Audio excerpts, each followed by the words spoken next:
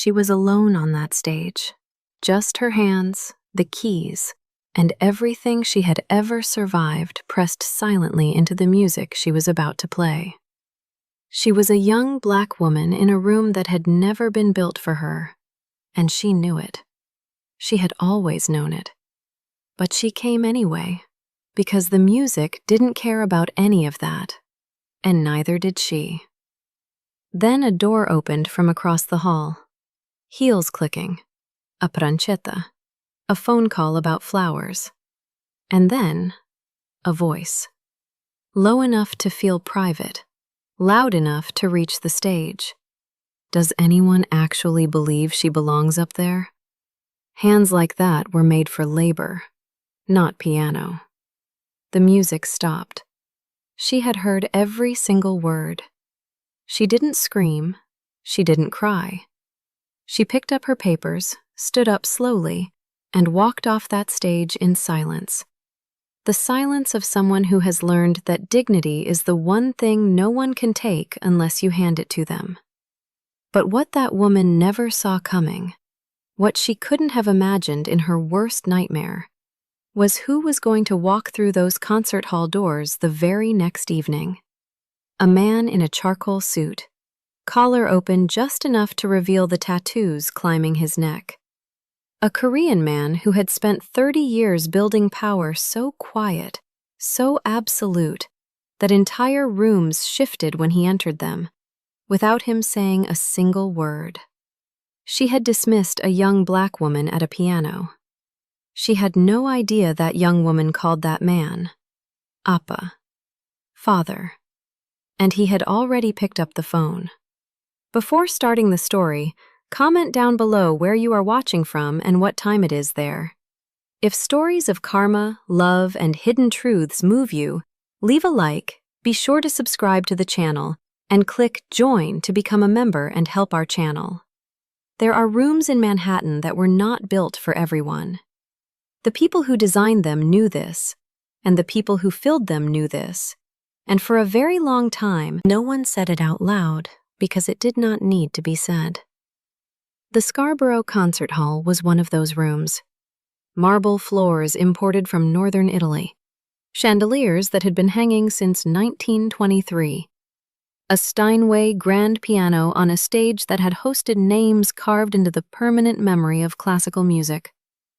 Names that all looked a certain way, that all came from certain places, that all moved through the world with the particular ease of people who had never once been made to feel that they did not belong. Aaliyah arrived at 9 in the morning. She did not arrive with an entourage. She did not arrive with a publicist or a manager or anyone whose job it was to make other people take her seriously. She arrived with a rolled partitura tucked under her arm, a thin gold chain resting against her collarbone, a treble clef, small enough that most people would not notice it, and the quiet, self-contained focus of someone who had learned a long time ago that preparation was the only armor that never failed. She had been playing piano since she was 7 years old. She had been taking it seriously since she was 9, when a social worker at the 3rd group home she had lived in noticed that she kept sneaking into the activity room after dinner to sit at the upright Yamaha in the corner. Not to play songs she had been taught, to play things she heard inside her own head, translating feeling into fingertip with a seriousness that no child should have had to develop that early, and that only children who have carried certain things tend to develop. She sat at the Steinway now and placed her hands on the keys with the same 3-second pause she always used. Eyes closed, head slightly lowered, the world going quiet around her in the specific way it only did in these moments. Then she began. What came out of that piano was not a rehearsal. It sounded like something that had been waiting to be said. It moved through the empty hall and climbed into the chandeliers and settled into the old Italian marble like it had always belonged there. Like the room had been waiting for it specifically and had simply not known how to say so. Brittany Caldwell walked in from the side entrance at 9:17, pancetta in hand, telephone pressed to her ear, heels clicking with the rhythm of someone who has never had to wonder whether she was welcome in a room. She was talking about flowers, white peonies, or white ranunculus.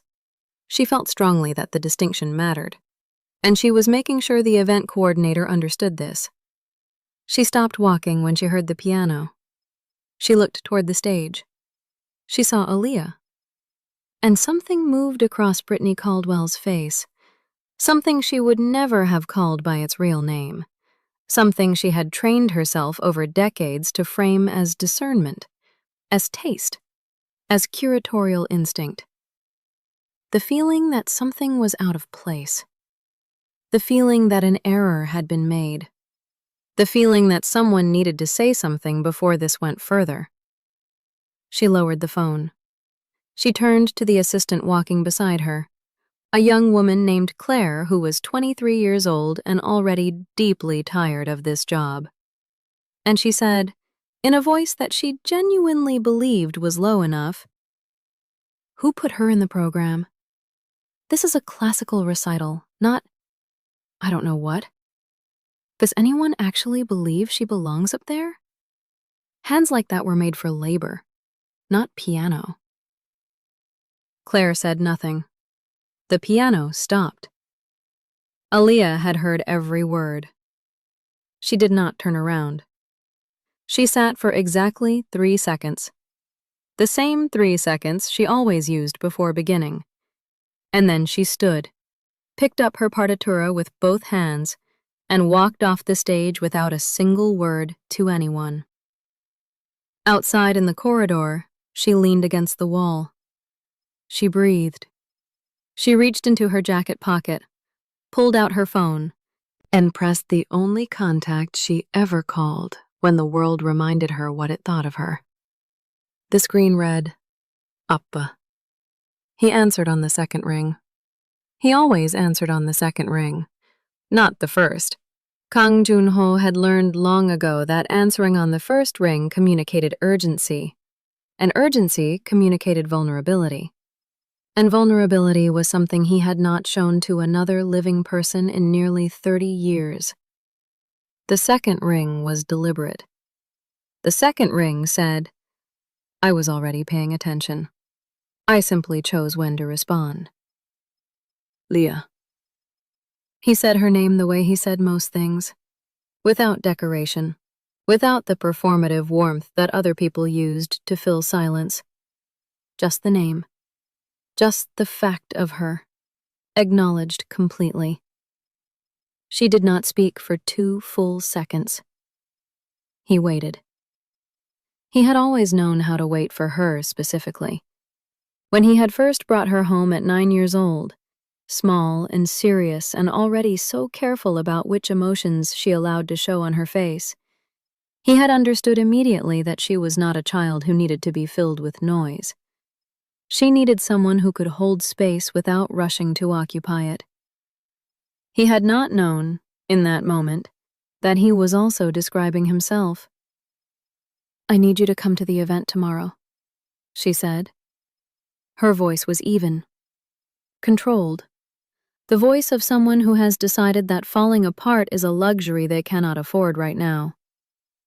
"I know you don't like these things, but I need you to come." A pause. Short. The kind that contained an entire calculation that no one else would ever see. "I'll be there," he said. She exhaled. Just barely. Just enough for him to hear it if he was listening. Which he always was. "Thank you, Appa." She hung up. What Aaliyah did not know, could not have known, was that by the time she placed that call, Kang Joon-ho had already received 2 separate messages about what had happened inside that hall. His personal security team maintained a quiet but comprehensive awareness of any environment his family was expected to enter. It was not paranoia. It was architecture. The same careful, invisible architecture that had kept him standing for 3 decades in a world where most men who started where he started did not make it past 40. He read the messages.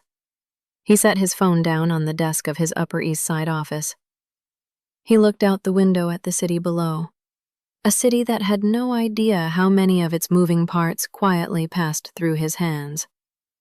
And he was still for a very long time. He did not make any calls. He did not send any messages. He simply noted the name Brittany Caldwell in the way he noted most things that required his eventual attention. Without expression, without reaction, with the complete and unhurried focus of a man who understood that the right moment to act was rarely the immediate one. The following evening, the Scarborough Concert Hall filled with 200 of the most socially fortified people in New York. White peonies, as it turned out, had won the argument. They were everywhere, tall arrangements flanking the entrance, smaller clusters on cocktail tables, petals that had cost more per stem than most people spent on a full meal. Champagne moved through the crowd on silver trays. Names were exchanged. Cheeks were kissed. Networks were quietly maintained under the ambient noise of a string quartet playing in the corner. Brittany Caldwell stood at the center of it all, as she always did, as she believed she was designed to do. She wore pink tweed and triple pearls and her caramel Birkin, and she smiled the smile of a woman who had never once arrived somewhere and wondered whether she was welcome. She spoke to donors. She thanked sponsors. She positioned herself for photographs with the practiced instinct of someone who understood that visibility, at this level, was its own form of currency. She did not see Kang Joon-ho arrive. Almost no one saw him arrive. That was, in its own way, the most important thing about him. The way he entered spaces as though he had already been inside them, as though the room had simply caught up to a presence that preceded it. He moved through the crowd without stopping, without performing, without accepting the outstretched hands of the three people who recognized him and attempted to intercept him. He found Aaliyah in the backstage corridor, standing alone under fluorescent light that did nothing to diminish her. He looked at her for a moment. Then he placed one hand briefly on her shoulder, a gesture so restrained it would have meant nothing to a stranger, and everything to her. "You play," he said. "The rest doesn't matter." She nodded once. She believed him. She had learned, over 15 years, that he did not say things he did not mean. He was, in that specific way, the most honest person she had ever known. Which was, perhaps, the most extraordinary thing about a man whose entire professional life had been constructed on the art of revealing nothing. He turned and walked back toward the main hall. Brittany Caldwell saw him from across the room, and because she was the kind of woman who believed that knowing powerful men was its own form of power, she smiled, adjusted the Birkin on her arm, and walked toward him. She crossed the room with the particular confidence of someone who has never been turned away from a conversation she chose to enter. Brittany Caldwell had spent 20 years building a social architecture in which she was always, without exception, a welcome presence. And that architecture had held so consistently, for so long, that she had stopped being able to imagine its failure. This was, though she could not have known it yet, the most dangerous thing about her. "Mr. Kang! What a wonderful surprise! I had no idea you had an interest in this kind of event." She said it warmly. She said it with the particular warmth of someone extending a small, gracious invitation. "You are welcome here, in my world, at my event," without once considering that the man standing in front of her had never in his life needed anyone's permission to occupy a space. Kang Joon-ho looked at her. He did not smile. He did not perform the social reflex of matching her energy, which was what most people did when Brittany turned her warmth on them, because warmth at that volume was difficult to resist without seeming rude. He simply looked at her with the unhurried, complete attention of a man who was already finished evaluating what he was looking at. "I have an interest in everything that involves my daughter," he said. He said it without emphasis, without drama. The words were completely level, completely clean, the way a blade is clean, not because it is harmless, but because it is precise. Brittany's smile did not disappear immediately. It took a moment, the way light takes a moment to leave a room after the switch is turned off. Her expression moved through several small recalibrations. Confusion first, then the beginning of understanding, then something that lived in the space between understanding and the full horror of implication. "Your daughter?" "Aaliyah So." He said the name with a patience that was somehow worse than any sharpness would have been. "She performs tonight. That is why I came." The Birkin tightened against Brittany's body. Her arms had pulled it closer without her noticing, the way people reach for something solid when the ground shifts under them. The pearls at her throat suddenly felt very visible. The pink tweed felt very loud. Every careful, expensive detail of her presentation, which had always functioned as armor, now felt like a label she had written about herself in permanent ink. She opened her mouth. "I wasn't aware that she was... I didn't know that you..." "No," Kong said simply. "You didn't know." He held her gaze for one more moment. Not threateningly. Not with the performance of intimidation that lesser men used as a substitute for actual power. And then he turned and walked toward the entrance to the main hall. Unhurried, as though the conversation had reached its natural conclusion. Which it had. Brittany stood in the center of the room and did not move for a long time. Around her, the event continued. Champagne kept moving. Names kept being exchanged.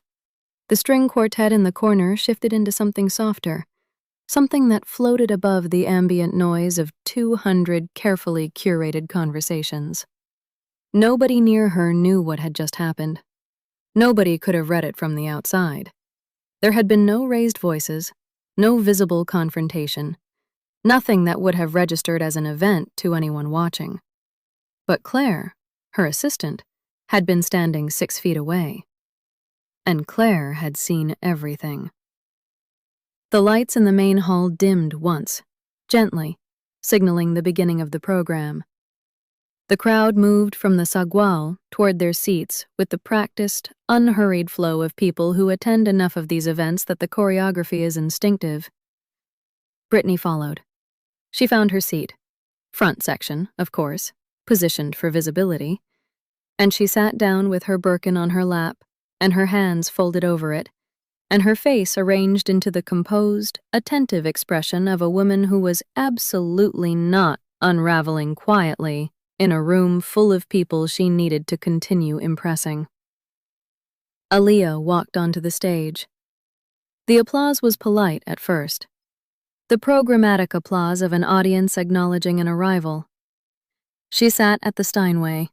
She adjusted the bench with 2 small, precise movements. She placed her hands on the keys. She paused for 3 seconds, eyes closed. And then she played. What happened in that room in the next several minutes was difficult to describe to anyone who was not inside it. The music she had written, composed in the weeks leading up to this night, revised and rebuilt in the hours after she had walked off that stage the previous morning with someone else's words still ringing in the air behind her, moved through the hall like something that had been held under pressure for a very long time and had finally been given the exact right opening to expand into. It was not angry. That was the thing that struck people afterward, when they tried to put language to what they had experienced. It was not defiant in any way that announced itself. It was simply so completely, undeniably itself, so precise, so inevitable, so entirely without apology, that the room had no choice but to receive it. People stopped their private thoughts, People who had been mentally drafting tomorrow's emails sat very still. A man in the fourth row who had not cried at anything in 11 years felt something move through his chest that he did not immediately recognize. Kang Jun-ho sat in the third row, slightly to the left, and watched his daughter play. His face did not change, but his hands, resting on his knees, were completely still in the way that hands are still when the person they belong to is using everything they have just to remain in their seat and not let the room see what is happening inside them. Brittany Caldwell sat 4 seats away and stared at the stage and understood, for the first time and far too late, exactly what she had said. The applause when she finished was not the applause that had greeted her arrival. That had been politeness. This was something else entirely. The kind of sound that comes out of people before they have decided to make it. The kind that bypasses the social calculation of how much enthusiasm is appropriate for this room, this crowd, this level of event. 200 people rose from their seats with the unanimity of people who have just witnessed something they did not expect and cannot immediately process and need to do something physical in response to. Kang Jun-ho stood. He did not clap with the performative energy of the crowd around him. He stood straight, hands coming together in a steady, deliberate rhythm, eyes on the stage, on her, on Aaliyah, who stood now at the front of the stage and received the applause with a composure that she had earned at a cost that most of the people in that room would never understand and never have to. Brittany Caldwell did not stand. She remained in her seat with her hands pressed flat against the Birkin in her lap, the pearls at her throat, the pink tweed, all of it exactly as it had been an hour ago when she had walked into this room as its co-organizer, its patron, its social center of gravity. Everything around her was on its feet. She was the single still point in a standing room, which made her, for the first time in a very long time, invisible in the worst possible way. Not overlooked, but exposed. Claire, standing at the side of the hall near the staff entrance, watched her employer remain seated and felt the specific, exhausted relief of someone watching a consequence arrive that they had seen coming for longer than they were proud of. That night, after the crowd had filtered out and the white peonies had begun to droop at the edges and the last champagne glasses had been collected from the tables, Claire went home and called a friend. She did not intend it to become anything. She was tired, and she was unsettled, and she needed to say out loud what she had been carrying for 2 days. The words she had heard in the empty hall on the morning of the rehearsal, the look on her employer's face when she understood whose daughter she had dismissed, the way Brittany had sat alone in a standing room as though the chair itself had decided to keep her down. Her friend knew a journalist. The journalist had been at the recital. He had already been writing something, a piece about Aaliyah's performance, about the strange and specific electricity of that evening, about what it meant for a room full of Manhattan's cultural establishment to be stopped completely in its tracks by a young woman whom half of them had probably walked past in a corridor without registering. He had a detail he hadn't been able to place yet. Claire gave him the detail. The article came out 4 days later. It did not mention Brittany Caldwell by name. It did not need to. It quoted the words directly. Hands like that were made for labor, not piano. And it placed them in the context of the Scarborough event, the rehearsal, the morning before the performance, with enough surrounding detail that anyone who needed to know already knew, and anyone who didn't would figure it out inside of 48 hours. The piece moved through the arts community the way fire moves through something that has been dry for a long time, quickly, completely, and without particular interest in what it consumed. By the end of the week, the Hargrove Foundation had requested a meeting to discuss the future of their partnership with Britney's events organization. The museum, where she held an honorary council seat, sent a calendar invitation for a conversation about board composition. 2 magazine editors who had covered her consistently for a decade began returning her calls on a delay that had not existed before. Nothing was said directly. Nothing needed to be. This was how consequence operated at this level. Not as a confrontation, not as a verdict delivered in public, but as a gradual, silent closing of doors that had always been open.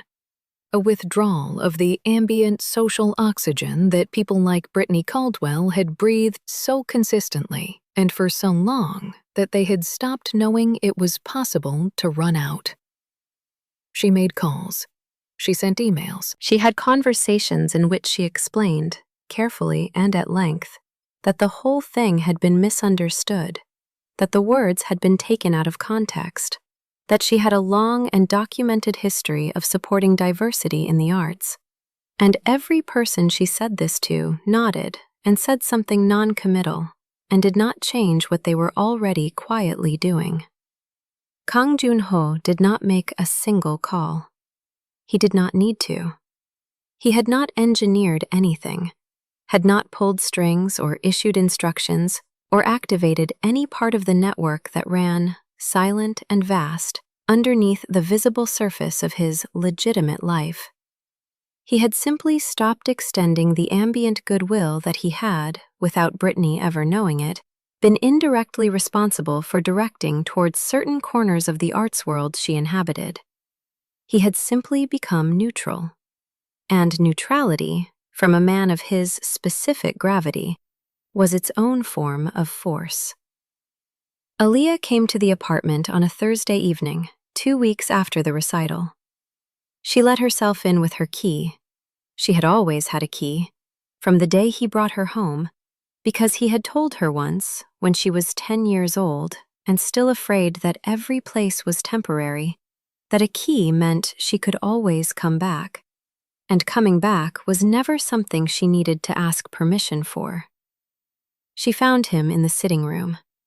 She sat at the piano without speaking first, the old Bosendorfer that had been in that room before she arrived, that he had bought without telling her, that she had discovered on her first morning in the apartment and had sat down at immediately, instinctively, the way a person sits down at the thing that makes them most themselves. She played a few notes, quiet ones, not a piece, just sound, just the act of touching the instrument and letting it respond. "Did you do it?" she asked, without stopping. He was standing near the window. The city spread out behind him, lit and indifferent and enormous. "I did nothing that wasn't already true," he said. She played another note, let it decay into the room's silence. "She ruined herself with her own words," he said. "I only made sure the words arrived where they were always going to arrive, eventually." Aaliyah was quiet for a moment. Her hands rested on the keys without pressing them. "Appa," she said, "I didn't need you to defend me." "I know," he said. A pause. The city outside made no sound that reached them up here. "But I needed to," he said. She looked at him then, turned on the bench and looked at him standing by the window, the charcoal suit, the open collar, the tattoos visible in the low light of the room, the face that gave nothing away to the world and had, for 15 years, given everything to her. She turned back to the piano, and she smiled. The smile that took its time arriving, that stopped everything when it came. "Thank you," she said. She began to play again, something slow, something that filled the room the way the music in the concert hall had filled it, completely, without apology, as though it had always belonged there and had simply been waiting for the right moment to say so. He stayed by the window and listened. Outside, the city continued doing what cities do: moving, accumulating, forgetting, repeating. Inside, in a room above all of it, a man who had spent his entire life building walls stood very still and let the music in. And a young woman who had spent her entire life being told she was in the wrong place played as though she had always known, with absolute certainty, that this was exactly where she was supposed to be. Some things do not need to be proven. They only need to be played. Aaliyah didn't need to shout. She didn't need to prove anything. She simply touched, and the whole room stopped. But what about you? How many times have you been Aaliyah in that room, and there was no one with enough power to make the world stop and listen? The truth is, not every woman has a father like Kang Joon-ho behind the scenes. But every woman can become the person who no longer needs anyone to validate what she already knows to be true. There's a 30-day reset created specifically for women who are tired of explaining their own worth. For those who have learned to carry weight with elegance, but secretly wonder why love always comes with confusion. It doesn't teach you to be tough. It teaches you to be difficult to manipulate. If this makes sense to you, the link is in the description, in the pinned comment, or you can point your camera at the QR code that's appearing on the screen now. Your next chapter begins when you stop negotiating what should never have a price. If this story moved you, stop for a moment and reflect. Have you ever been dismissed from a place you knew deep down you were born to be in, simply because of how you looked or where you came from? Have you ever had someone in your corner, quietly, without making a show of it, who believed in you so completely that their belief became its own kind of protection? Because sometimes the most powerful thing a person can do is simply refuse to let the wrong people have the last word. Tell us your experiences and feelings in the comments. We read them all. And if you believe in stories about dignity, silent justice, and the kind of love that protects without asking for credit, leave a like, be sure to subscribe to the channel, and click join to become a part of our community and help the channel.